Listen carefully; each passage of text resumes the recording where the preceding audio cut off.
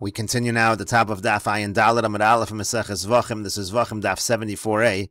On the previous Amud, Rava said that if you have a mixture of animals and some are karbonos and some are isurei hana, they cannot be brought as karbonos. So Rava said, since you're not allowed to bring that mixture, or once you're not allowed to bring that mixture, any animals from that mixture as karbonos, so if you do bring an animal as a karbon, it is not going to be accepted. The Gemara asked on that on the previous Amud from a Mishnah in Kinim, and the Gemara ended up saying that it depends if you hold Balei Chaim nidchin or Balei Chaim are not nidchin, are live animals. Are they pushed off? Once they're pushed off, you wouldn't be able to bring them again. But if you hold they're not pushed off, so then you would be able to bring them, or at least they could be accepted again if they are already brought. And the Gemara in the previous Amud asked, everybody agrees that, let's say the animal's already slaughtered, that it is nidchin, that it is pushed off. And so therefore we have the following question. Utnan, we learned in a Mishnah, this is a Mishnah coming up. Rabbi Eliezer Omer, Rabbi Eliezer says, Im korav harosh shel echad mehen, if the head of one of the animals was already offered. Again, this is also talking about a mixture of animals, and so let's say one was brought and it should not have been brought. So then yikravu kol haroshim, so then all of them can be brought. We can assume that the one that was already brought was from what was disqualified, and therefore everything can in fact be offered. And so over here you see in Rabbi Eliezer it's already been slaughtered. We say by shchutin it is nidchin, it's pushed off, but yet we say it is accepted. That seems to go against what Rava said on the previous Amud. And the Gemara continues and answers, Hu diyomer kechanan ha-mitzri. Rabbi Eliezer here, he's following Chanan ha-mitzri, Chanan the Egyptian. The Tanya, as we learned in a Brisa, Chanan ha-mitzri Omer, Chanan ha-mitzri says, Afilu dam bekos, even if the blood is in a cup. This is talking about the goats on Yom Kippur. You have one goat, the soyer, that's la Hashem, to Hashem, that's offered, and one that's the soyer, la Azazel. And so let's say the blood's already in the cup, and then what happens is the soyer, that's la Azazel, it dies. So then maybe chaveru, you could just bring another animal to be a new soyer la Azazel, umizavig lo, and pair it up. Even though the first animal's already been slaughtered, the blood's already in the cup, it still is able to be offered essentially. And so therefore Rabbi Eliezer in the Mishnah coming up is following Chanan ha-mitzri. Rashi explains, Hu da'amar Rabbi Eliezer kechanan ha-mitzri. Rabbi Eliezer is like Chanan ha-mitzri, svirale, that's what he holds like. Tiafilu b'shchut and lesle dechia. Chanan ha-mitzri holds, even once it's slaughtered, it's not pushed off. Afilu dam sor hanasa bifnim, even if the goat, which is inside, it's brought inside the Beis HaMikdash as a carbon, even if that blood is bekos, it's in a cup, shekvar nishchat, meaning to say it's already been slaughtered. Im meis ha-mishtaleach, if the soyer that's mishtaleach la zozel, if that soyer dies, mevi chaveru min ashuk, you bring another animal from the marketplace, umizavig ladam, you can pair it up with the blood. V'lo amrinan, we don't say hol v'nidcha hadam b'misas chaver yishafech, that since the blood was pushed off with the death of the other one, so then it's report out v'yavi shnayim, and then we'd have to bring two more animals v'yagril alein, and draw the lots again v'yischaper behen, and then use those as a kapara. That we do not say. And the Gemara continues, Amar Rav Nachman, Amar Rabba bar Avua, Amar Rav. Rav Nachman said that Rabba bar Avua said that Rav said, Tabaz shel avodas kochavim, if you have a ring of avodah zara, shenesarva b'meya tabos, it gets mixed up with 100 rings, v'nafla achas mehem liyam hagadol, and then one of them falls to the yam hagadol. So now hutru kul, and we say that they all become permitted. The aminan, because we say hach the nafel, that the one that fell to the yam hagadol, hainu disura, that was the prohibited one, and all the rest are permitted. And the Gemara continues, Eisvei Rava Rav Nachman. Rava asked Rav Nachman the following question. This is from our Mishnah earlier. Afilu achas beribo yamusu kulan. Even if you have a mixture of one animal and 10,000 animals, they all have to die. Again, the case over there was you have 10,000 animals that are good for karbonos, that are meant to be offerings, and then you have one animal that's aser b'hana, cannot be brought on the mizbeach. We say they all have to die. And so the Gemara says, Amai, now why should they all die? If you say that, let's say, one of the rings that falls into the Yam HaGadol, we assume that that's the prohibited one. So say the same thing over here. Nemo demis, isura mis. We should say that when the first one dies, so that's the one that was isur that died, and then all the rest should become permitted. Why do you have to wait that why do you have to say that all of them have to die? And the Gemara continues, Amar Lei, he said back to him, this is Rav Nachman saying back to Rava, Rav di Amar, Rabbi Eliezer, that Rav, when he said that the ring falls to the Yam HaGadol, we assume it was the Aser one, he's holding like Rabbi Eliezer that we just quoted above in the Mishnah coming up. The Tanan, as we learned in the Mishnah, Rabbi Eliezer Omer, Rabbi Eliezer says, Im karev harosh al echad mehen, if the head of one of them is offered, yikravu kol haroshim kulan, then all of the heads could be offered. Again, then we already assume that the one that was offered was that which was prohibited. prohibited. But the Gemara continues and asks, V'hamer Rebbe Elazar, but Rebbe Elazar said that even Rabbi Eliezer's heter over here, Rabbi Eliezer's leniency over here, it doesn't go so far. Lo hitter Rabbi Eliezer, ela shnayim. Rabbi Eliezer only says you can offer these animals as karbanos, so you can offer these rushim, these heads. He only said you could do it if you do it 2 at a time, because if you do it 2 at a time, then you know at least one of them is always permitted. Aval echad lo, but to offer one at a time, that already would be problematic, because then maybe it is the one that is osir. And so therefore you cannot take Rabbi Eliezer's heter so far in this case of the rings. And the Gemara says, Amar Lei said to him, I'm also saying too, that what we will do is we'll allow the person to sell 2 rings at a time, again, just like the heter of Rabbi Eliezer. And Rashi explains, V'hamer Rebbe Elazar, but Rebbe Elazar said, L'kamon b'pirkin, he's going to say later on in the parak, D'lo hitter Rabbi Eliezer l'hakraves hanosarim. Rabbi Eliezer only permits to offer what remains, ela shnayim, only if you do 2 at a time.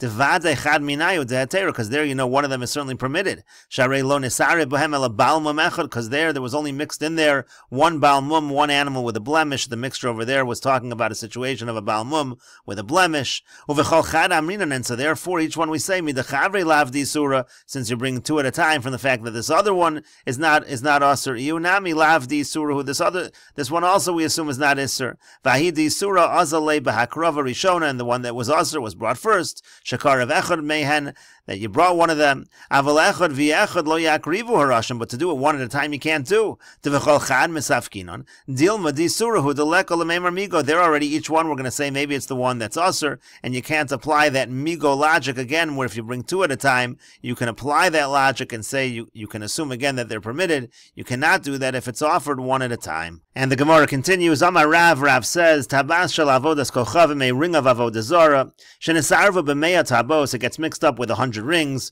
upirshu arboim l'makom echad, and then 40 of those rings separate to one location, v'shishim l'makom acher, and 60 of the rings separate to another location.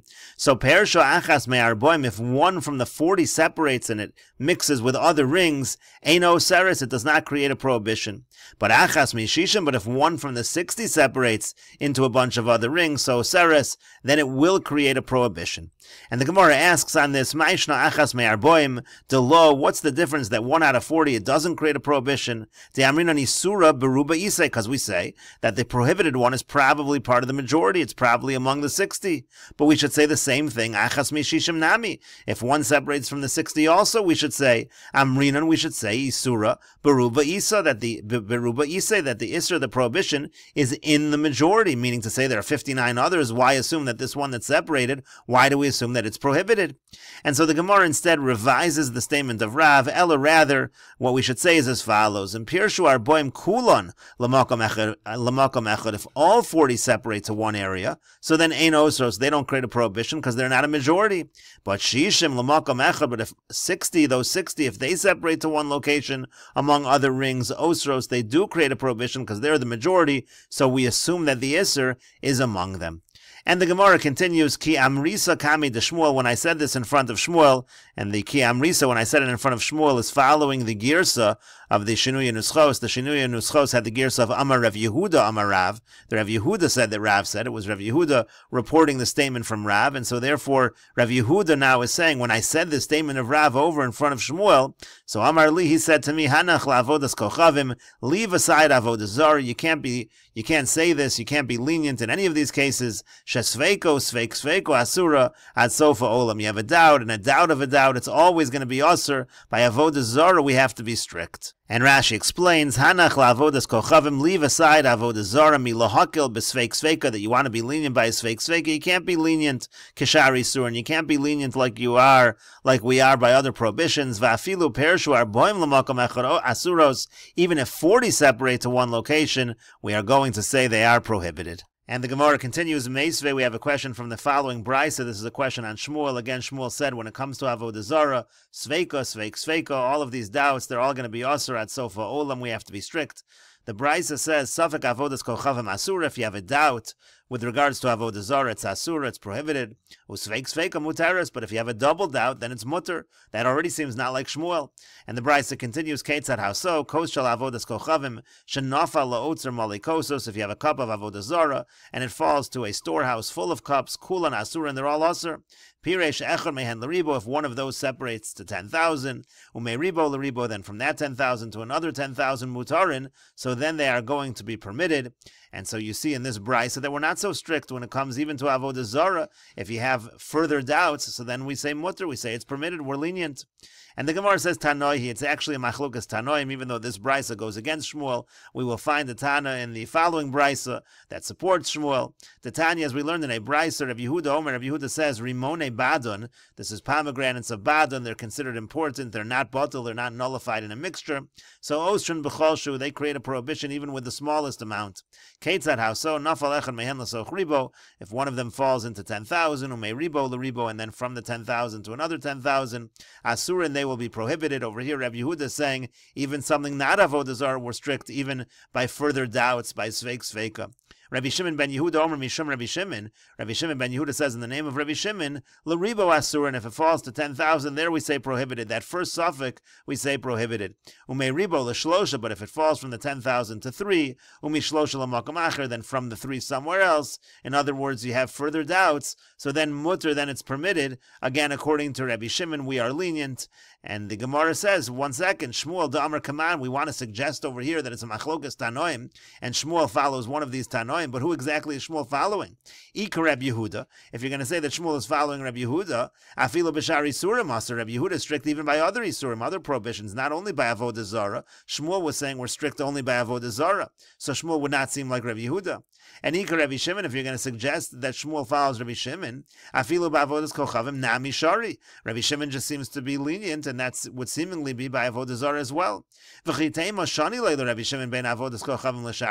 you're going to say that Rabbi Shimon makes a distinction between Avodah Zarah and other prohibitions, maybe Rabbi Shimon really does say that Avodah Zarah is stricter than other Isurim, and we're strict when it comes to Avodah Zarah, and Shmuel would follow Rabbi Shimon, but then we still have a problem with the brisa we brought above, Elohad Tanya. But what about the brisa which said, Safek Avodas Kochav Masur, that when it comes to Avodah Zarah by a Safek, we say Asur, Usveik Sveika Muteris, and when it comes to Avodah Zarah by a Sveik Sveika, we actually are lenient, we say Mutter. So now who does that follow? Money, who's the author of that brisa? Lo Rabbi Yehuda. It wouldn't be Rabbi Yehuda, because Rabbi Yehuda says, again, Rabbi Yehuda does not make a distinction. He doesn't make a distinction between the Rimone Badon or by Avodah Zarah. He always says prohibited. And so therefore he'd be strict all the time. And this brisa is lenient by Avodah Zarah. Velo Rabbi Shimon, and it wouldn't be Rabbi Shimon either, because we're now saying that Rabbi Shimon, when it comes to Avodah Zarah, he is strict. He agrees with Rabbi Yehuda by Avodah Zarah. He's lenient elsewhere. And over here again, this brisa is being lenient by Sveik Sveika by Avodah Zarah. So who's going to be the author of this brisa? And the Gemara says, Li Olam Rabbi Shimon. So really we'll actually say that this brisa is Rabbi Shimon. In other words, the Gemara is suggesting that Rabbi Shimon is always lenient. He's not only lenient by Rimone Badon, but he would be lenient by Avodah Zarah as well. But then we return to the question of Shmuel, and the answer for Shmuel is Shmuel, who is strict when it comes only to Avodah Zarah. Savar like Rabbi Yehuda bechada, upalagal bechada. He holds like Rabbi Yehuda in one respect, but he argues in another respect. In other words, Rabbi Yehuda is always strict, but Shmuel agrees with Rabbi Yehuda only with regards to Avodah Zarah. And the Gemara continues, Amar Mar, the master said, we just said above, Meiribo l'shlosha, it falls from 10,000 into 3, umi shlosha l'makam acher, then from the 3 somewhere else. So then we say mutter, then we say it's permitted again in a situation of a sveik sveika, so then we would say that it is mutter. This was the statement of Rabbi Shimon. Again, Rabbi Shimon, by the brisa about the Rimone Badon, said if it falls, Meiribo l'shlosha, umi shlosha l'makam acher, so then it's mutter, and we will continue with this discussion in the next video on Daf Ayin Dalid Amud Beis.